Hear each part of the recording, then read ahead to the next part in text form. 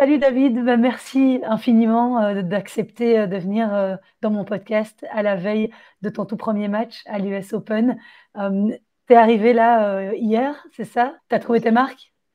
Ouais, non, ça a été évidemment, c'est toujours mieux d'arriver, même s'il y a un peu de fatigue, c'est toujours mieux d'arriver avec un peu plus de confiance ici avant un Grand Chelem. Donc, non, c'était pas trop long. Le voyage, ça a été aussi de Winston-Salem à New York. Voilà, content d'être à New York, content de prendre un peu mes marques et voilà, demain, c'est déjà parti. Ouais, donc tu n'auras pas eu beaucoup de temps finalement de palper les cours new-yorkais et de t'habituer à la surface, à la température. Non, c'est plus ou moins la même chose. Les surfaces des tournois avant, les balles, la chaleur, etc., tout y était déjà dans les semaines avant. Donc là, il n'y a pas eu trop de difficultés à m'adapter. Ces 2 jours-ci, ça s'est bien passé. Donc voilà, je continue à garder contact avec la balle. Le plus important, c'était évidemment aussi bien récupérer et d'être prêt pour maintenant les matchs en 5-7 s'il le faut. Mais en tout cas, voilà, ça s'est bien passé. L'adaptation ici à New York, les 2 jours. Et voilà, maintenant, tout est prêt déjà pour demain. Alors, tu sors d'une magnifique tournée américaine, hein, tu y es depuis un petit temps, parce que tu as enchaîné, hein, tu avais fait Atlanta, puis Washington, puis Cary, puis Winston-Salem. Ouais, Au je suis rentré en total, Belgique au milieu. Je suis rentré donc. ah oui, tu as fait un petit Ouais, aller-retour. donc j'ai fait Atlanta-Washington et puis je suis rentré ouais, une grosse semaine en Belgique pour un petit peu voir ma femme parce que voilà, elle va bientôt accoucher et à tout moment quand je partais tôt pour Atlanta, je la voyais plus jusque l'accouchement quoi. Donc j'ai décidé de Fallait couper voir ça. l'évolution quand même. Voilà. Et c'est la première fois en fait que je fais ça, c'est de couper la tournée américaine. Depuis 15 ans, j'avais jamais fait. Et ça s'est bien passé. Donc, je suis rentré une grosse semaine en Belgique. Euh, j'ai fait, voilà, je me suis entraîné encore un peu là-bas. Et puis, hop, je suis retourné à Carrie de Bruxelles. Ouais, ça t'a plutôt bien réussi, hein. Donc, je disais 9 victoires pour 4 défaites Mm. durant cette tournée américaine. La première question est comment tu te sens physiquement après avoir enchaîné autant de matchs? Parce que ça faisait un moment que tu n'avais plus enchaîné autant de matchs d'affilée. Ben ouais, ça fait du bien. Physiquement, je me sens bien aussi. Ouais, notamment, ouais, 9 victoires, ben, ça fait du bien sur la tournée, mais surtout 9 matchs en 11 jours dans les 2 dernières semaines. Donc, ouais, ça a tenu. C'est vrai que j'étais un peu fatigué. Ça a sûrement joué le dernier match en demi-finale, surtout que lui, ben, lui était bye au premier tour et il a eu un WO. Donc, son ego a eu vraiment 2 matchs en moins. Ouais. Donc, ça a peut-être joué aussi sur la fraîcheur un peu et l'intensité. Mais malgré ça, ouais, il jouait très bien. Il a très bien joué. Même en finale encore, il a fait un super match. Donc. Mais ça fait du bien. Physiquement, il n'y a aucun bobo. J'ai pu enchaîner tous les matchs et le niveau de jeu aussi était bon, donc c'est positif. C'est quoi que tu as eu comme déclic pendant cette période? Parce que je parlais avec Steve il y a une semaine qui me disait que quand tu enchaînais comme ça les victoires et que tu retrouves un petit peu la confiance, tu retrouvais ce niveau de frapper la balle très tôt, d'être rapide, vraiment d'être comme tu as été à ta grande époque et qu'il n'avait pas de doute là-dessus. Justement l'enchaînement des victoires qui te permet d'engranger cette confiance. Ouais, il y a ça c'est sûr, ça aide, mais il faut que je sois en euh, comment dire, dans le bon état d'esprit pour pouvoir vraiment enchaîner aussi les matchs et pouvoir euh, assimiler cette confiance et pouvoir enchaîner les victoires et accumuler la confiance et jouer de mieux en mieux euh, match après match. Et, euh, et en fait, voilà, ce tournoi-ci, c'était je dirais, une demi-surprise parce que c'était un petit peu, ça se sentait un peu que depuis quelques semaines, Tu jouais euh, mieux. voilà, depuis la terre battue, lorsque j'ai repris, je crois, je m'étais un peu blessé, torticolis, je crois, à Aix-en-Provence, etc. Puis j'ai repris à Genève tout de suite. C'était déjà mieux à Genève, il y a eu des bons matchs. Puis à Roland-Garros, c'est une bonne victoire. Et puis directement, j'ai enchaîné sur le gazon. C'est bien passé avec une victoire à Ilkley, même à Wim. Donc le niveau de jeu était bon.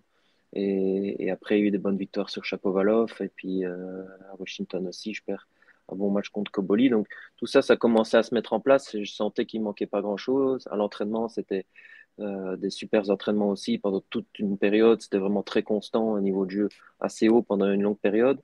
Et donc, il manquait vraiment juste un petit déclic. Donc, comme si voilà, j'étais prêt à ce que ça arrive. Et finalement, ben, quand voilà, il se passe un ou deux bons matchs comme à Carrie, même si c'était un bon challenger aussi qui était assez fort, une bonne demi-finale contre Safioline. Et derrière, ben, j'ai pu enchaîner. Donc, euh, ça se sentait que ça allait bientôt arriver. Mais je suis content, on est toujours content quand ça arrive et que ça paye. Donc voilà, c'est que du positif pour la suite. Il faut continuer maintenant. Il n'y a pas que toi qui es content, hein. C'était chouette de te voir vraiment performer comme ça et surtout en 4 joueurs du top 100 d'affilée. Là, ça aussi, ça faisait un moment et ça doit vraiment te relancer. Alors, il y a aussi quelque chose qui est important, c'est que tu as retrouvé la place de numéro 1 belge. C'est quelque chose qui était dans ton esprit, ça, ou c'est pas quelque chose auquel tu attaches de l'importance? Euh, non, pas vraiment, parce que je dis toujours,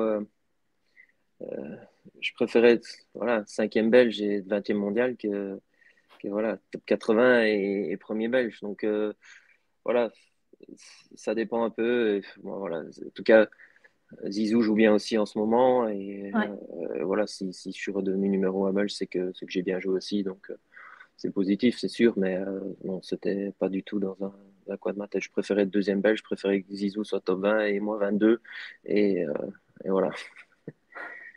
Et par rapport à la manière dont tu travailles depuis ces quelques mois où tu expliques que tu as l'impression que ton niveau de jeu augmente, tu as le sentiment qu'avec Yanis, vous avez mis quelque chose en place qui est plus productif, qui te permet d'avoir voilà, franchi un autre cap tu Ouais. sens quelque chose dans l'approche? Oui, bien sûr. Ça n'a pas été facile au début, mais je pense qu'il a vraiment fallu se reconstruire complètement, en fait, que ce soit physiquement, mentalement et tennistiquement. On a repris vraiment tout à la base. On a refait vraiment tout un plan par rapport à ce que je voulais et avec mes envies, que ce soit voilà, tennistique, ce que j'avais encore envie de faire, mes objectifs, là où je voulais aller. Et, euh, et voilà, je voulais pas en rester là et on a refait on va dire toute une nouvelle structure, on va dire, Mhm. pour essayer d'arriver à mes objectifs. Et on est reparti vraiment de très bas parce qu'il y a eu des moments où voilà, c'était compliqué. Je me demandais, parfois je me dis, mais qu'est-ce qui m'arrive, quoi? J'ai jamais joué aussi mal et je me disais, je voyais pas trop pourquoi. Et puis finalement, ben, voilà, on a essayé d'enlever tous les doutes et petit à petit repartir à zéro et rebâtir sur des bonnes fondations et remonter petit à petit sur des bases assez solides. C'est ce qui fonctionne pour le moment, ça revient, la constance est là, donc ça veut dire que la base est là et on avance. En fonctionnant comme ça, je pense que euh, j'ai encore voilà, le potentiel d'aller encore un peu plus haut que le top 80 aujourd'hui. C'est ce que j'allais te demander quand tu parles des objectifs que tu t'es refixé avec Yanis et pour tout déconstruire, pour reconstruire. C'est lesquels ces objectifs? Euh, En termes de chiffres, j'en ai pas vraiment. Je pense, si je devais en dire comme ça, je pense que j'ai le potentiel pour venir dans le top 50. Maintenant, pourquoi pas aller plus haut? Lorsqu'on voit la semaine dernière, quand c'est quelque chose avec mon niveau de jeu assez solide, avec une bonne base et que je joue avec mes qualités, euh, le niveau il est là face à des joueurs qui sont top 60, top 40, comme Darderi, même Ijikata, au niveau du score et au niveau du jeu et au niveau on va dire des intentions et de la domination, je peux prétendre à être un peu plus haut. Maintenant, voilà, ça dépend toujours en fonction des matchs, des adversaires, des tableaux qu'on va avoir, etc. Mais voilà, on va essayer de faire le maximum pour remonter le plus haut possible. Et puis on verra bien jusqu'où ça va mener. Tu avais un doute de être capable d'avoir le niveau que tu as encore maintenant? Mais le problème, c'est quand ça arrive, on se dit, bon, de un, bon, qu'est-ce que je suis en train de faire là? Ça ne va pas. Et puis après, on se dit le niveau, je me disais, non, j'ai l'impression que j'ai le niveau de la raquette, mais j'arrivais pas à le reproduire. Ou de temps en temps, il y avait un petit coup d'étincelle et je me dis, hop, voilà, ça y est, c'est peut-être, je me sens mieux, c'est peut-être revenu, allez, ça y est, c'est reparti. Et puis le lendemain, cata, donc je me dis, euh, c'était un peu au pif, c'était complètement inconstant et j'ai l'impression que c'était vraiment des petites, comme je disais, un feu de paille, une étincelle un jour comme ça, et c'était pas du tout conscientisé ou maîtrisé. Et je devais essayer de voir un petit peu pourquoi et conscientiser la chose pour essayer de rendre ça bien plus constant et comme je dis, maîtriser Mm. et avec de bonnes bases. Mais c'est ce que je suis en train de faire pour le moment. On a essayé de. Parce qu'il y a des doutes, c'est sûr, à un moment, on se dit, si ça ne va pas, est-ce que c'est physiquement? Est-ce Mm. que, est-ce que je suis trop vieux, que j'arrive plus à faire des choses que je faisais avant? Est-ce que c'est mentalement? Est-ce que il y a une fatigue mentale après au bout de je ne sais pas combien d'années sur le circuit? Est-ce que inconsciemment je me dis j'arrive plus à Mm. avoir la même motivation? Et donc il y a beaucoup de doutes comme ça et finalement bah, parfois les semaines et les mois passent et à un moment il faut essayer de se redonner un petit coup de boost si l'envie y est et elle y était. Et c'est ce qu'on fait maintenant.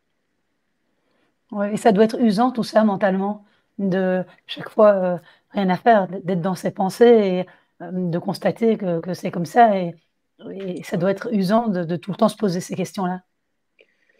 Non, c'est sûr. Et alors on se dit bon, à un moment je me suis dit il y a quelques semaines ou quelques mois, est-ce que euh, soit on ne fait rien et quelque part je me repose sur mon talent, entre guillemets, et on voit ce qui se passe et je gagne les matchs que je peux gagner et je perds les matchs que je perds.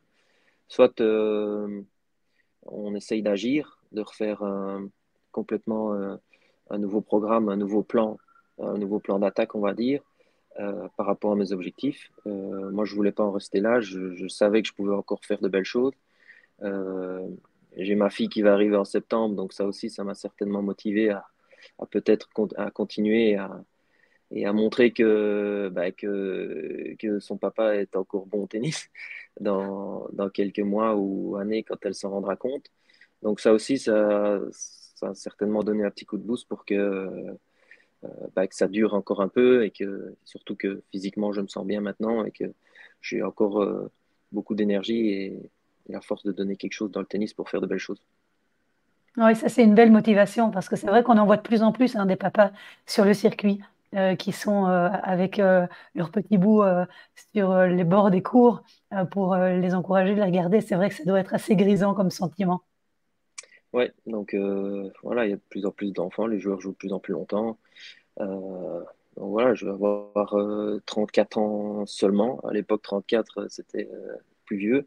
Maintenant, Oui. les joueurs vont jusque 37, 38, voire 40 pour certains. Mais voilà, je pense que 34 maintenant, en tout cas, moi, je me sens vraiment bien physiquement. Donc, il n'y a pas de raison de ne pas pouvoir encore jouer à haute intensité.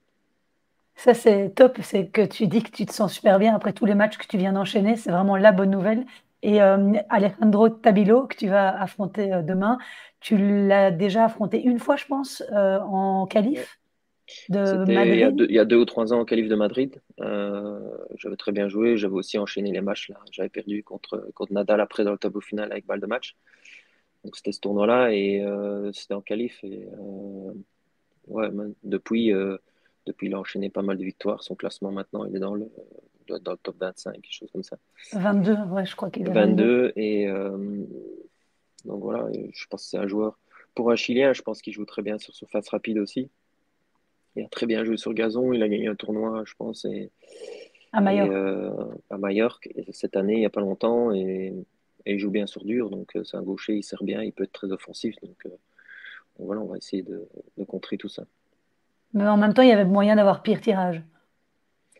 Il y a toujours pire, oui, ça c'est sûr. Mais voilà, quand on a une tête de série, on essaye voilà, de s'accrocher, essayer de le battre et pour, entre guillemets, prendre son tableau, prendre le tableau d'une tête de série. Mais ce sera un match très difficile, évidemment. Il est doué, il joue très bien et on verra bien ce que ça va donner. Les 5-7, la chaleur ne te fait pas peur? J'ai envie de dire non, mais bon, parfois c'est comme ça, le corps est très dur à certains moments. Euh, j'ai déjà fait des longs 5-7 où ça se passait très bien, où j'ai déjà joué 4h30. Notamment une année contre Musetti ici, il faisait très chaud. Et je perds au tie-break, au super tie-break du cinquième.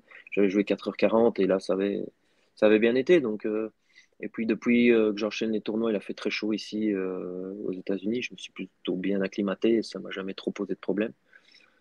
Donc voilà, je touche du bois pour que physiquement, ben, en tout cas, j'ai l'énergie et l'intensité nécessaires pour tenir tout le match, en tout cas. Fabien est avec toi? Non, pas cette semaine. Donc, il est en Belgique. Je suis juste avec Yanis cette semaine. Et voilà, après l'US, Fabien sera là pour le physique après l'US en attendant le bébé. Et dans ce cas-là, tu travailles avec un préparateur physique sur place ou... Non, on fonctionne avec, voilà, j'ai des programmes tous les jours. On est toujours en Ok. contact. J'ai des fiches, etc. avec les exercices et voilà, les séances que je dois faire. Euh, voilà, pour l'instant, avec l'enchaînement des matchs, etc., c'est surtout la priorité aux préventions, récupération et essayer de maintenir le corps en forme. Avant de te quitter, David, je voudrais quand même avoir un petit avis par rapport à cette affaire qui a éclaboussé un peu le monde du tennis la semaine dernière, hein, l'affaire Yannick Sinner. Quel est ton avis sur la question? Euh, la vie, c'est difficile. Enfin, c'est difficile parce que d'un côté, il y a on va dire le côté un peu plus amical où je connais Yannick évidemment. On s'est déjà entraîné plein de fois à Monaco, etc. Et, euh, et évidemment, c'est une super personne et ça, c'est purement mon avis personnel. Je ne le voyais pas vraiment utiliser des produits pour améliorer ses performances sportives. Mais après, voilà, il y a quand même eu des traces, ça c'est les faits. Et je pense ce qui frustre certains joueurs, c'est peut-être le manque de cohérence dans le dossier euh, par rapport au fait qu'il ait pu jouer pendant tous ces mois alors que ça remonte à Indian Wells. Euh, et en même temps, s'il est blanchi, pourquoi est-ce qu'on lui enlève quand même ses points et l'argent du tournoi d'Indian Wells? Ouais. Donc, soit il est complètement puni et alors voilà, il n'aurait pas dû jouer, on lui enlève tout, ses points, soit il est complètement blanchi, on lui laisse tout. Donc, il y a certaines réactions des joueurs qui trouvent ça un peu incohérent. Euh, donc voilà, c'est un peu ce que je ressens au niveau des autres joueurs. Maintenant, voilà, tant mieux, il a pu se défendre. Euh, J'imagine que c'était un accident dans son équipe pour avoir une trace aussi minime dans Mm. son sang. Ouais. Donc, donc voilà, tant mieux pour lui, il est blanchi. J'espère que pour son image, ben, ça n'atteindra pas trop son image et que ce sera vite derrière lui et qu'il pourra maintenant se reconcentrer sur le tennis complètement. Tu l'as croisé déjà à l'US? Ouais, ouais, je l'ai croisé encore tout à l'heure. Enfin, il est là tous les jours. Il se prépare pour son grand chelem. Mm. Donc voilà, en tout cas, j'imagine que, enfin, on n'était pas au courant ces mois-ci et j'imagine que dans sa tête et dans son staff, ça a dû être compliqué, quoi, si pendant tous ces mois-ci d'avoir ça sur les épaules, cette pression-là, en tout cas, il a dû jouer et malgré ça, ses résultats étaient plutôt bons. Donc voilà, si maintenant il peut être libéré d'un poids, bah voilà, tant mieux pour lui. Ouais. David, merci beaucoup de m'avoir accordé ces longues minutes euh, pendant que tu étais en train de faire ta pause. Il Bah, est avec 16 plaisir. heures à New York. Ouais. Donc, ton programme, là, c'est quoi? C'est de coucher tôt pour être en pleine forme demain? Ouais, parce que c'est à 11 heures et donc voilà, de Manhattan à Flushing Meadow, il y a toujours un peu de long trajet le matin, donc on va devoir se lever tôt pour préparer tout ça et arriver là-bas avec l'échauffement qui sera vers 9h30. Donc voilà, je vais pas faire la faire longue ce soir et pour essayer d'être en forme et bien réveillé à 11 heures demain matin. Et donc, ce sera à 17 heures chez nous, heure belge, un match que vous pouvez suivre si vous avez la chance de l'avoir sur HBO. C'est l'application qui a racheté les droits à Eurosport. Donc, voilà, puisque vous êtes pas mal à me poser la question, vous pourrez voir David demain à 17 heures, heure belge. Puis après, l'US Open, il y a une autre belle échéance qui t'attend, celle d'être papa. Ça va être super chouette. Ça va être une belle aventure qui va commencer pour toi. Ouais, c'est ça. Merci infiniment, David. Passe une belle Avec soirée plaisir.